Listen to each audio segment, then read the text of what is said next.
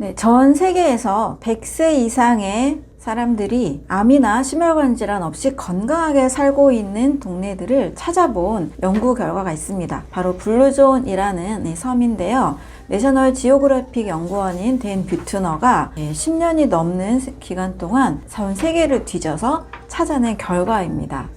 그곳은 대부분 섬들로 구성이 되어 있어요. 이탈리아의 사르데냐 지역, 미국의 캘리포니아 로마린다 지역, 그리고 코스타리카의 니코야, 이런 지역들인데요. 이곳에 100세 이상의 사람들이 공통적으로 하고 있는 9가지 삶의 규칙들을 찾아보게 되었습니다.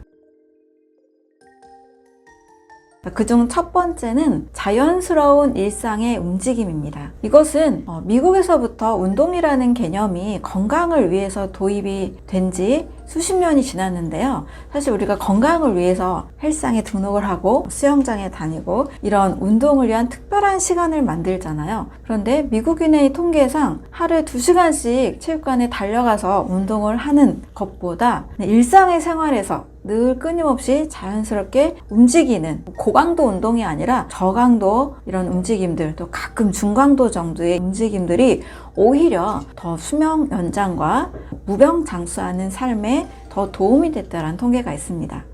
그래서 이 지역의 사람들을 보면 대체적으로 움직임이 많은 직업들을 갖고 있습니다. 사르데냐 같은 경우에는 양을 치는 이 목동의 삶이 굉장히 많은 부분을 차지했고, 은퇴 이후에도 정원을 가꾼다든지 텃밭에 채소를 기른다든지 동물들을 돌보거나 이런 움직임들이 끊이지 않았다고 합니다. 또 동네가 좀 가파른 언덕에 많이 위치한 사람들이 많이 있었다고 해요. 좀 가파르면 숨이 차잖아요. 요즘 우리는 자동차를 너무나 많이 타고 다니다 보니까 숨이 차오르는 경험을 많이 하기가 쉽지 않습니다. 근데 일상에서 이렇게 숨도 가끔 차고 늘 움직임이 끊임없이 있을 때 이러한 사람들이 건강한 삶을 유지하고 있었다고 합니다.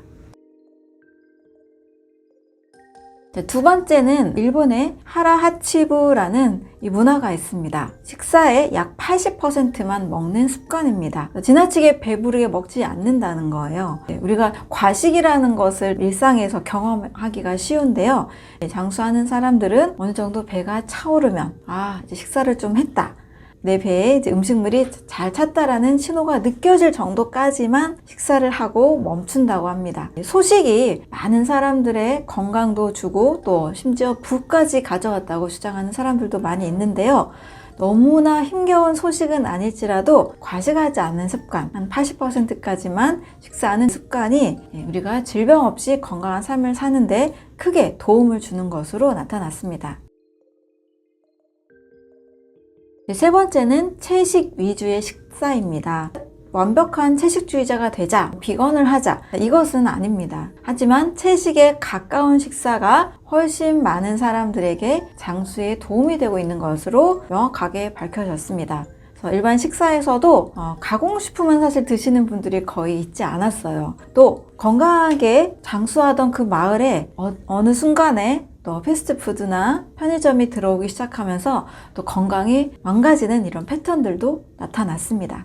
우리가 이 식단에는 과일류나 채소류, 또 해조류, 버섯류, 견과류, 씨앗류 같은 또 통곡식 같은 음식을 일단 주로 구성을 하고, 육류 섭취는 아주 가끔이나 최소한으로 먹고 있는 모습을 확인할 수 있었습니다. 이 오키나와 지역에서는 돼지고기를 먹긴 먹는데요. 40g 정도 순수 살코기 위주로만 먹는 패턴이 발견이 됐습니다. 채식에 가까운 식단, 채식 지향 또는 비건 지향이라는 말도 쓰는데요. 이 생태계도 보호하면서 또 지구 환경도 보호하면서 우리 건강도 챙길 수 있는 좋은 식사라고 할 수가 있습니다. 네 번째는 의외의 모습이 있었습니다. 인생을 바꾸는 포도주다, 이렇게 블루존에서는 설명이 되어 있습니다.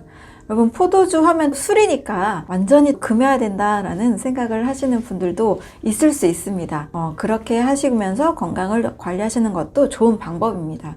그런데 블루존 사람들을 보니까 하루 한 잔 정도의 와인을 마시는 습관이 있는 것을 확인할 수 있었습니다. 저는 이 포도주 자체가 크게 건강을 돕는다라는 의미보다는 포도주 한 잔을 같이 마시면서 함께 삶의 여유를 느끼는 그 순간, 마음을 또 비우고 행복감을 느끼는 그 순간이 더 건강에 도움이 된 것이 아니었을까라는 생각을 합니다. 다섯 번째는 인생의 목표를 설정하는 것이었습니다. 일본의 오키나와에서는 이키가이라고 해서 내가 무엇을 위해 살고 왜 살아야 되는지라는 분명한 삶의 목적의식 또는 보람을 꼭 가지고 살았다는 거예요. 우리가 삶을 살아가면서 해야 할 일도 많고 너무나 바쁘게 지나다 보니 도대체 내가 무엇을 위해 사는지, 왜 사는지, 또 삶의 보람이나 만족감, 이 성취도를 잃어버리고 사는 경우도 종종 있는 것 같습니다. 블루존 사람들을 보니까 삶의 보람 또는 삶의 목적, 이러한 내적인 요소들을 꼭 챙겨가는 것을 볼 수 있었습니다.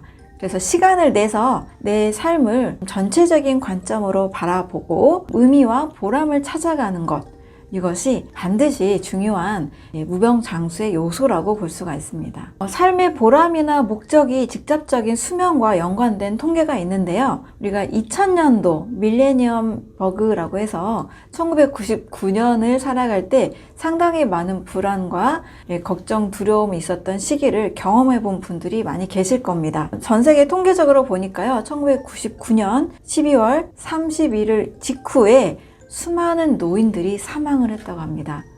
노인이기 때문에 좀 더 삶의 의욕도 떨어졌을 수 있지만 2000년도가 주는 불안과 공포가 굉장히 컸다라는 거죠. 삶의 목적을 잃어버린 그 순간에 직접적으로 사망까지 가져오게 하는 너무나 큰 반향을 일으키는 사건이 있었다는 것을 확인할 수가 있었습니다. 내가 무엇을 위해 살아야 되고 또 삶의 순간순간 느끼는 그런 보람들을, 삶의 만족감을 반드시 꼭 챙겨가시면 좋겠습니다. 여섯 번째는 느리게 살기입니다. 우리가 굉장히 바쁩니다. 또 빨리빨리 문화가 한국인들은 더 크게 작용을 하죠. 물론 덕분에 많은 경제 성장과 발전을 이루었지만 과연 이렇게 빨리빨리 된 배경 속에 우리는 삶의 만족도, 행복도도 같이 올라가는지도 확인을 해야 됩니다. 근데 의외로 경제 성장이나 전 세계적으로 많은 문명의 발전이 있었지만 이것과 비례적으로 행복도가 증가하는 것은 아닌 것 같습니다. 오히려 우리의 기준보다 훨씬 더 잘 살지 못하는 국가와 그런 국민들이 더 행복하다고 느끼는 사람들도 많이 있잖아요. 그래서 좀 느리게 사는 삶의 문화, 빨리빨리 해서 결국 얻어내고자 하는 것이 무엇인지, 우리는 건강하게 행복하게 사는 것이 가장 중요하다는 것을 놓치지 않았으면 좋겠습니다. 또 빨리빨리 하는 이 문화 속에서 압박과 경쟁을 우리는 늘 견뎌야 되고 그 속에서 많은 스트레스를 겪게 됩니다. 이 스트레스는 몸에 염증 수치를 올리고 혈압과 혈당 수치, 몸에 만성적으로 스트레스 호르몬의 부작용을 가져오게 됩니다. 느리게 살고 삶의 여유를 느끼면서 우리의 삶을 좀 돌아보면서 산다면 만성 염증이나 또는 노화지표나 또 세포 분열들이 더 잘 되는 것을 확인할 수가 있습니다.